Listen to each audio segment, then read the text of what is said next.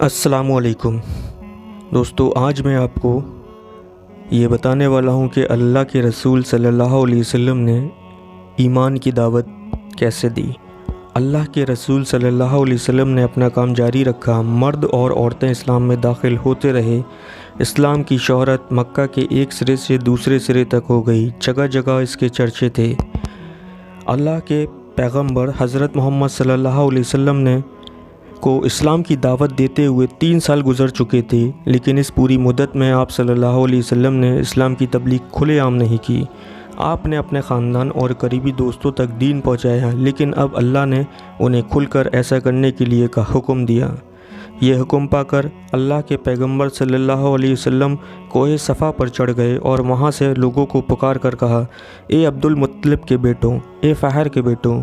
آپ کی یہ پکار سن کر لوگ آپ صلی اللہ علیہ وسلم کے گرد پہاڑ کے نیچے جمع ہو گئے۔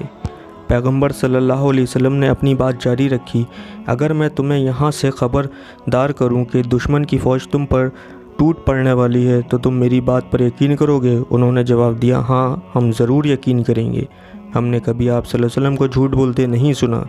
تب پیغمبر صلی اللہ علیہ وسلم نے فرمایا، میں یہاں تم کو آخرت کی گھڑی کے آنے کی خبر دینے آیا ہوں۔ اس پر پیغمبر صلی اللہ علیہ وسلم کے چچا ابو لہب نے چیخ کر کہا، کیا بس اسی غرض کے لیے تم نے ہمیں بلایا تھا؟ اور یہ کہہ کر وہ چل دیا۔ جب اللہ کے رسول صلی اللہ علیہ وسلم نے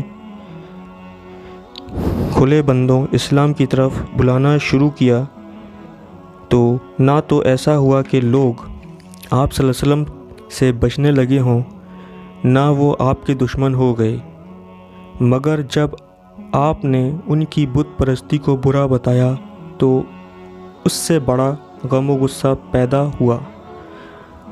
اس سے قریش کو بہت تکلیف پہنچی، انہوں نے نبی صلی اللہ علیہ وسلم کو اپنا دشمن ٹھہرا لیا، لیکن آپ نے اپنا کام جاری رکھا۔ قریش کعبہ کے متولی تھے اور زیادہ وقت نہ گزرنے پایا تھا کہ قریش کے سرداروں کو اس سے پریشانی ہونے لگی۔ اب انہوں نے یہ فیصلہ کیا کہ اس کے بارے میں پیغمبر صلی اللہ علیہ وسلم کے چچا ابو طالب سے گفتگو کی جائے، کیونکہ وہ آپ کے ساتھ بڑی شفقت سے پیش آتے تھے۔ انہوں نے کہا، اے ابو طالب، تم ہم سب میں بلند مرتبہ رکھتے ہو، باخدا ہم اسے برداشت نہیں کر سکتے۔ محمد صلی اللہ علیہ وسلم ہمارے باپ داداؤں، ہمارے طور طریقے اور ہمارے معبودوں جن کی ہم پوجا کرتے ہیں کی بے عزتی کر رہے ہیں، یا تو انہیں اس کام سے روک دیں ورنہ ہم تم دونوں سے لڑیں گے یہاں تک کہ ایک فریق ختم ہو جائے۔ یہ کہہ کر وہ رخصت ہو گئے۔ ابو طالب پیغمبر صلی اللہ علیہ وسلم کو بلاتے ہیں۔ ابو طالب کے لیے بڑا سخت وقت تھا، وہ پیغمبر صلی اللہ علیہ وسلم کو چھوڑنا نہیں چاہتے تھے، ساتھ ہی وہ اپنے لوگوں سے بالکل کٹ جانا بھی پسند نہ کرتے تھے۔ سخت ذہنی تکلیف کی حالت میں انہوں نے پیغمبر صلی اللہ علیہ وسلم کو بلوایا۔ انہوں نے وہ سب کچھ انہیں بتا دیا جو قریش کے سردار ان سے کہہ گئے تھے۔ انہوں نے ابو طالب نے کہا، بھتیجے مجھ پر بھی مہربانی کرو اور خود اپنے اوپر بھی اتنی سختی نہ کرو، مجھ پر اس سے زیادہ بوجھ نہ ڈالو جتنا میں برداشت کر سکتا ہوں۔ پیغمبر صلی اللہ علیہ وسلم کا جواب۔